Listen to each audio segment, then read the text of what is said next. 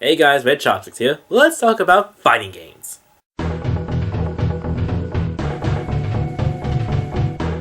Nowadays, fighting games are all around just as much as any other genre. But the fighting franchise didn't hit huge until two titles came in, Street Fighter II and Mortal Kombat. With the popularity of these two games, others saw dollar signs appear and tried to make their own. There was at one point in time fighting games were everywhere. The basic idea was, if they can fight, it's a game. Now while we had some titles that were able to stay, Dead or Alive, Tekken, Killer Instinct, and Capcom vs series, for every title that you had that was able to stay, you had at least 7 others that died before round 1 ended. Kasumi Ninja, Street Fighter the movie the game, Sonic Fighter, had perhaps the most infamous of them all. Ah! Sorry about that, bad memories. Anyway, the game we're looking at has been called a bad fighting game, despite getting a small popularity back in the day. I'm talking about Primal Rage.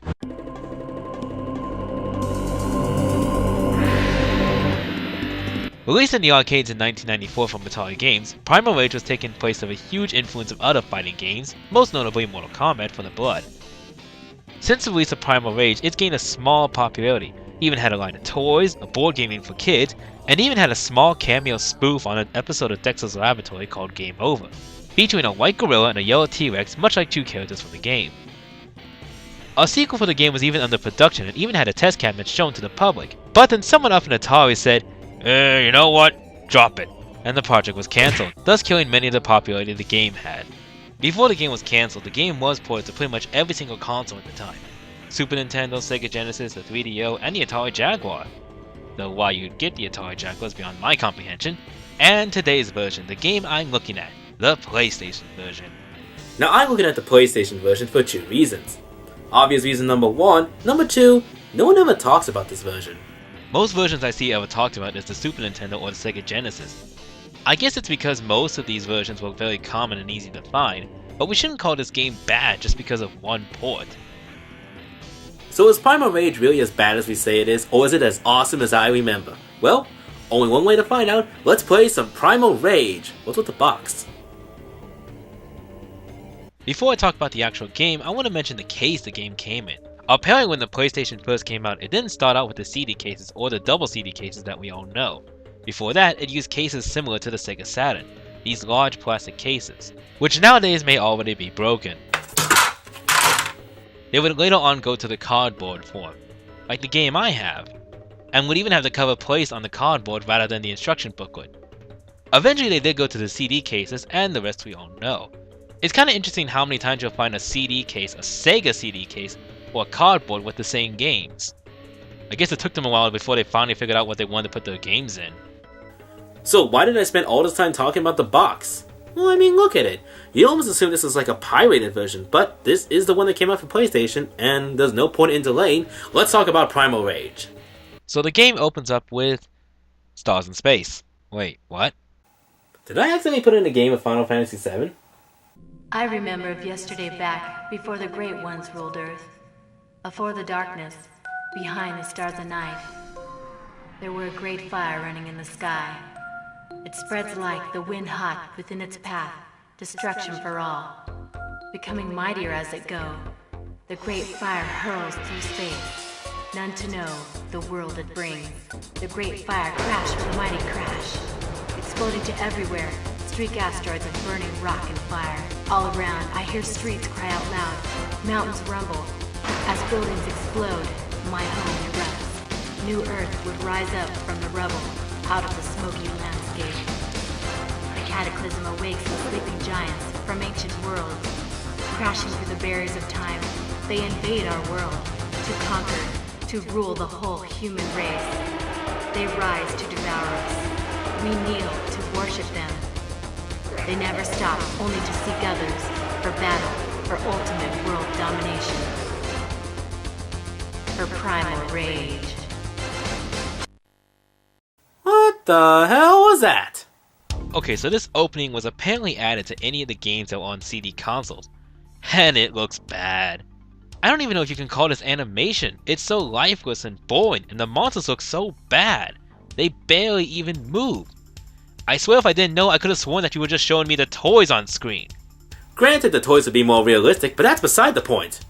I bring this up because the arcade cabinet opens up with still images and gave the backstory to Primal Rage much quicker, using only 8 scenes and 23 words to make it more believable than this stupid 3D opening.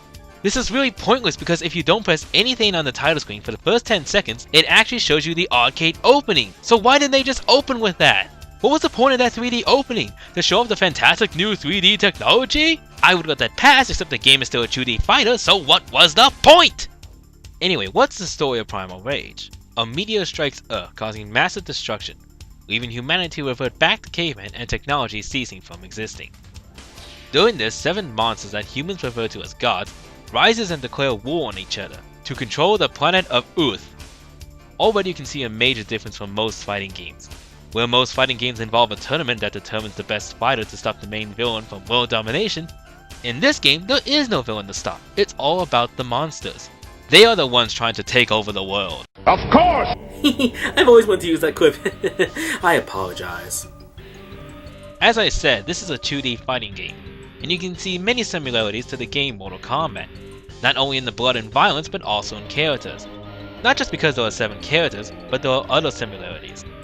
You've got the guys with the funny move, the one that spits fire, the one that uses ice, the 2 that share the same models, in Primal Rage case 4 of them do, and you've got the female.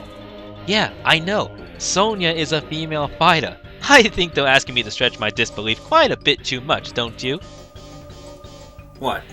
You mean Vertigo? Come on, you mean to tell me you can't tell the blue dinosaur cobalt hybrid over here is a female? Come on guys, it's obvious. It's a thing in the back of her neck. She just flaunts it out when she wants to.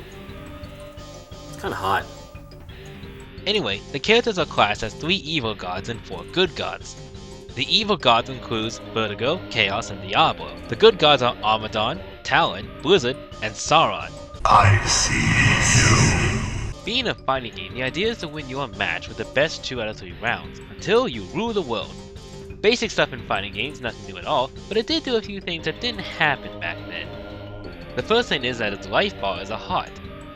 Most if not all fighting games use life bars. Primal Rage has a heart that represents your life, and for added uniqueness, the heart actually beats faster when it's close to death, and then explodes into a bloody mess! Just plain awesome! Another thing you'll notice is that there's a brain below the heart. The brain has its own bar, but it recovers in due time. But if you take too much damage or you block for too long, you or your opponent will be stunned for a short time. Another thing you'll notice is a combo percentage on the side, which shows you how much damage you did with your combos. Not many games did this unless it's a training mode. Some games would do a similar thing like this, like Killer Instinct with combos, or Super Smash Bros. With the percent damage. But at least it makes sense in those games. Here it doesn't do a whole lot for the game. It's not really necessary for combat as you're not focusing on the percent you're doing, but how much life is left in the heart. There's also a way to heal in the game. Under the feet of your characters are worshippers, that's what's left of humanity. At random times, the worshippers will walk out and bow down to you. This gives you the time to pick them up and eat them, giving you a little bit of health back. It's a bit hard to do at times, as you not only have to get in the right position, but you also have to figure out the controls. And that's a battle all on its own. The controls for this game is very stiff. Fighting in the game seems to work pretty well, but the controls have problems when moving or doing special moves.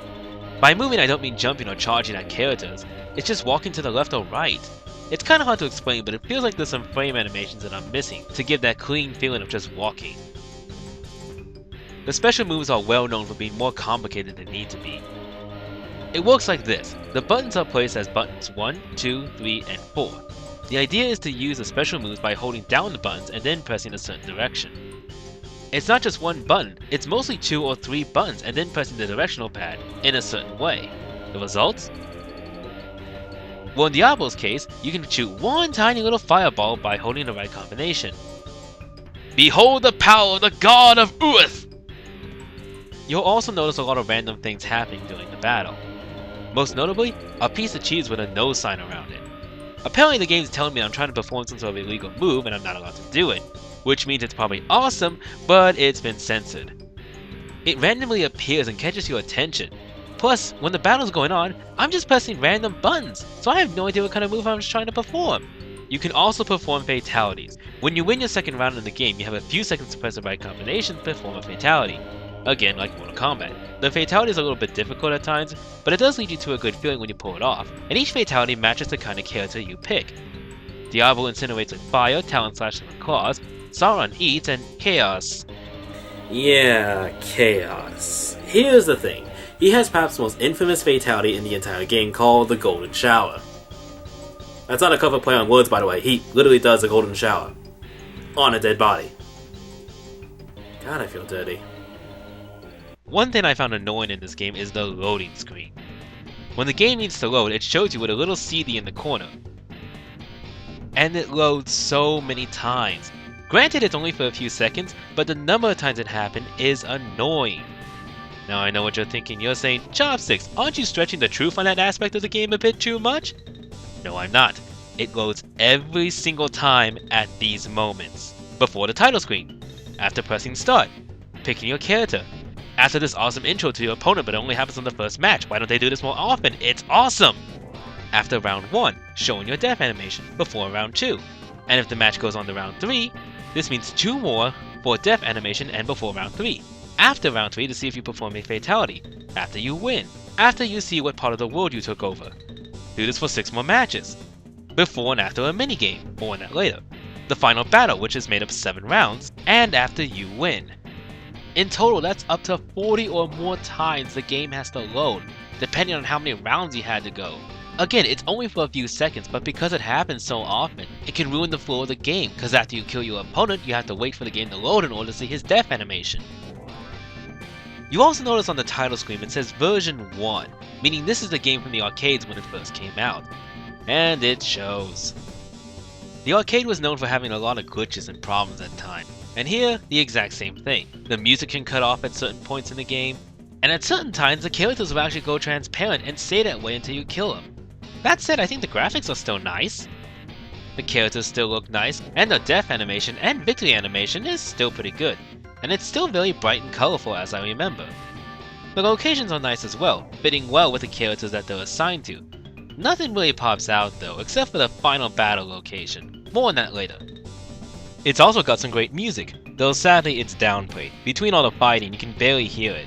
If you're interested, look up Primal Rage arcade soundtrack All the Rage.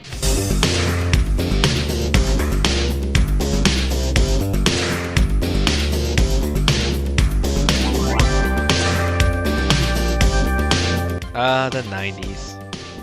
I have to say the sound effects are still pretty nice as well. Biting, getting hit, falling on the ground, or the thunder in the background still sounds good. But with that said, the worshippers around you can have strange reactions. Now when you win, they do cheer. But when you get the upper hand or you do win a round, they just... And this happens after every single battle, just one big simple yay. Yay! They just sound so bored. 2 giant dinosaurs are fighting for the control of Earth. But I guess it happens so many times, they just don't care anymore. Oh look, another beautiful day and a red T-Rex and a white gorilla are once again fighting over this piece of land. Yeah, you know what, whatever. Anyway, after you win the match, you see Earth, and you get to see what part you rule now. Oh, by the way, in this game, the continents of Earth moved and formed together and shaped themselves as a fire-breathing dragon. Because science. But once you beat all 7 gods, you now rule Earth. World domination is at my hands, and now that I've ruled the world, I must now replenish my Wait, what? As soon as the last bit of land has been conquered, you have to do this minigame hitting pterodactyls or eating humans to give you some extra health. The basic point of this is to have an extra health bar. Should you lose the final battle, what health you've got from this minigame is your second chance in this battle. The final battle is an endurance round with all 7 gods in one last battle. Which is odd, didn't I kill them already? In fact, my first time playing, I burned 2 of them until there was nothing but bones left. Oh well. This battle location is amazing. It really does feel like this is the final battle. A bloody location with death everywhere, and on top of that, when you kill another god, their bodies actually become bones and become part of the background. As I said, the final battle is an endurance round. All you have to do is battle 7 more times until all the gods are gone, until there is only one. There can be only one. There's even a way you can form a strategy as well. Each god comes in a unique way. Sauron and Armagon will slam to the ground and hurt you, Vertigo and Diablo will teleport in, Chaos and Blizzard will attack using a stun move, and Talon just jumps in. Huh. So the orange raptor has jazz hands for a victory, but in the final battle all he does is jump in. That's kinda sad. Anyway, once you've beaten the last god, you now rule Earth. And then you get to see what happens to each god when they rule. And I have to say, it's really silly. Some are okay, like Sauron and Armagon seem very fitting. But while others had a good idea, the pictures just instantly ruin it. Talon, for example, is relaxing with other raptors while they're catching humans with butterfly nets. I'm so glad to see Ape survive the apocalypse. Well, how about Diablo's ending? Diablo literally makes a hell on Earth, and tortures humanity, and his picture shows him twiddling his claws. I keep expecting him to ask for $1 million and laugh with his pinky out. But the oddest one I found was Chaos. Get this, his story is a redemption story. Yes, the god that farts and vomits actually has a redemption story attached to him. Go figure. Once you beat the game, you put your name in, and that's it. But you can tell that they were planning a sequel, as every ending to the story of each god builds up something coming after them. But like I said, the sequel was dropped because someone didn't think it would work out. Idiots. So that was Primal Rage, and after all this time, it's still awesome. It's awkward at times, but it's still awesome. It's like dinosaurs. Let's face it, dinosaurs are awesome, and so is this game. The graphics are still nice, the idea is awesome, and it's just plain fun. But okay, that's not to say that this is a perfect game. The controls are a bit stiff, the combinations are a bit too much, and the heavy censoring in the game kind of ruins the feel for it as well. But it's still an awesome game. If you're curious about this game, I strongly advise you to pick it up. You can find it on pretty much any consoles, and you can find it on this thing we call the internet. I still love this game, and I love the idea. And basically, if you're looking for something that's mindless fun, pick it up. It's awkward at times, but it's still fun. Well, that's all I gotta say about this game. I'm rech0psticks, and please remake this game. Please give it one more chance. Wow, I need to get out more.